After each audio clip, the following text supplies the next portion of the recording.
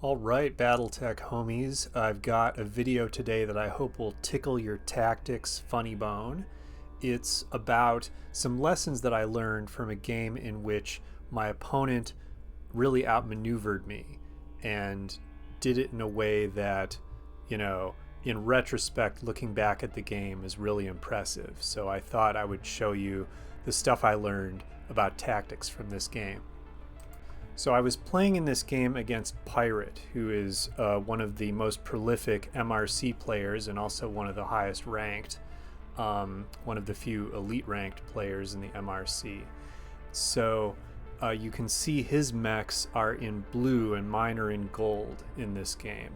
And he had a force that was designed around clan pulse lasers, whereas I had a House Kurita force that was a little more mobile and focused around extended range PPCs especially.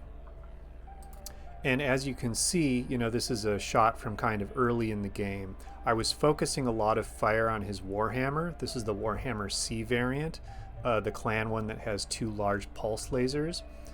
This was the mech that was by far the most vulnerable because it had just standard Warhammer 6R armor. So the legs had really weak armor. And just in general, we're talking about a 70-ton mech that had 10 tons of armor on board. So I ended up aiming a lot of firepower at this mech. And I was a bit surprised when I saw that he was moving it out ahead of his more durable assault mechs, his Kingfisher and his Masakari. So he continued to move the Warhammer up even as it was taking further damage.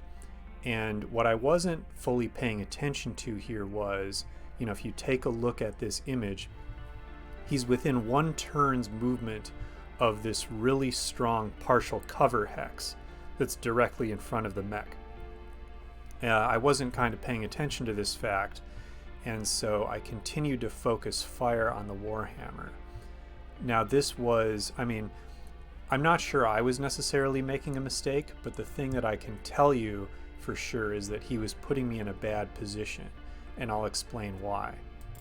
So if you look at the armor diagram for his mech, this is the damage that I had done to it so far. And as you can see, of course, the vulnerable legs of the mech, that left leg is what was taking the worst damage, right? So he only had 3 armor left on that leg. The nice thing about the position that he was in, like I said, he could move into partial cover in one turn. And so once he was in partial cover, it wouldn't be possible for me to hit that leg unless I moved right up next to the mech. So indeed, that's exactly what he did with the Warhammer the next turn. And you'll notice the hex that he's in is really well protected in terms of partial cover. Only a single hex face from the south is the only one that it doesn't have partial cover along. Now with this move, he did a couple of things. One thing he did was create a situation where it was tempting for me to move my mechs up next to the Warhammer to shoot it so that they could hit the leg, or to potentially kick it in the head, because of course when a mech is at a lower level, it's always tempting to move adjacent to it and kick it in the head. Another thing that was tempting, of course, was to move up onto a higher level of hills so that I could get fire at it that would ignore that partial cover and potentially hit the legs. Now the problem with doing that was that if I did it, I would come into closer range of his Kingfisher and his Masakari. So the temptation to move adjacent to the Warhammer was a temptation really to make a mistake, because if I moved adjacent to the Warhammer, then he would be able to move the Kingfisher into easy range, for example, of that mech's medium pulse lasers, and it would have completely taken apart any of my mechs that had the speed to go up close to the Warhammer.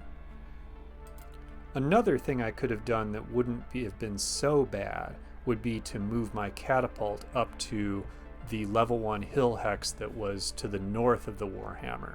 You can see that I could have done that in one turn, and then potentially, well, of course, then I would have had at least a line of fire to him that would not give him partial cover.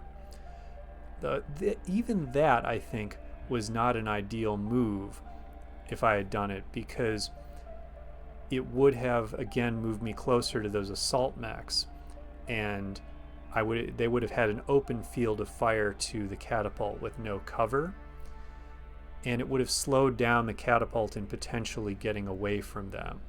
And in this kind of a situation, you don't want to end up trapped in the field of fire of enemy assault mechs.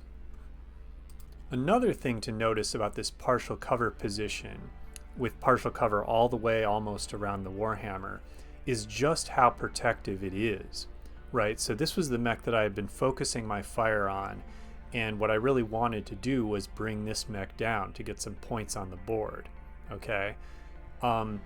The problem, though, with attempting to do that from my end was, usually if you're going to destroy a mech, you knock it down first, right? Usually a mech will fall before it gets destroyed.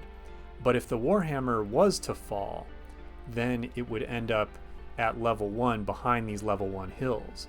And so a fall for that mech would take it out of line of sight of my mechs and make it very difficult for me to give it the actual killing blow and destroy the mech, because I would have had to move up onto the hills to have a line of sight to the Warhammer, but then again, that would be putting me well within range of his assault mechs.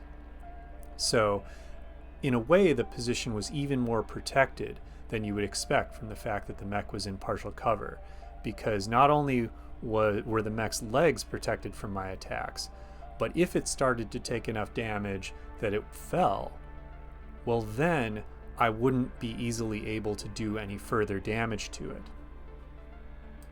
Okay, so putting this together, what do we think about the strategy that my opponent Pirate was following here?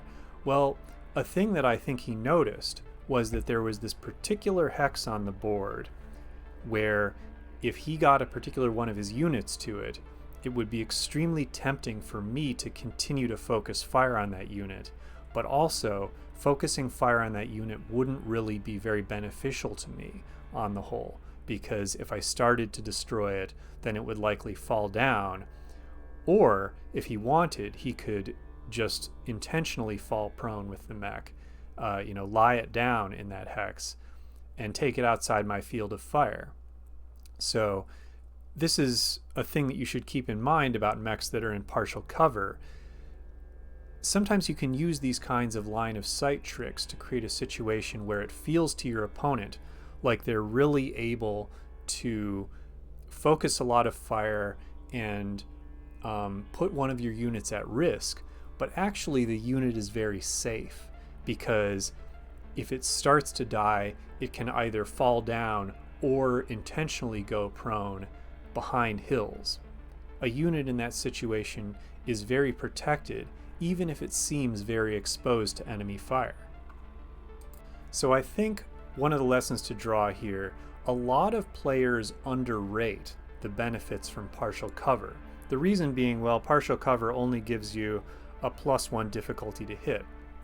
I mean, another thing that partial cover does is protect your legs, but sometimes a player might say, well, my leg armor is still doing fine, I don't need partial cover. But what this ignores is that partial cover also has the further advantage that a mech that's in partial cover could easily be taken out of line of sight of the enemy. So partial cover provides this extra protection that you have the option to go prone with the mech, or if the mech gets knocked down, that's almost good for you in some situations, because then the mech is protected. And so sure enough, if we look at how this game ended, it didn't end well for me, and I didn't even end up being able to destroy that Warhammer.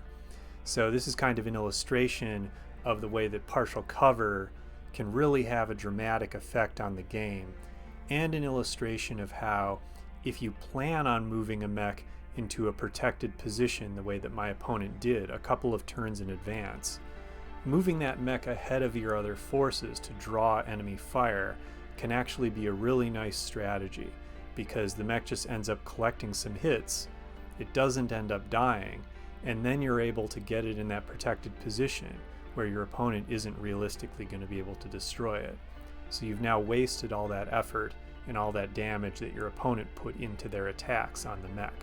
So this is a really nice strategy, and hats off to my opponent for seeing it.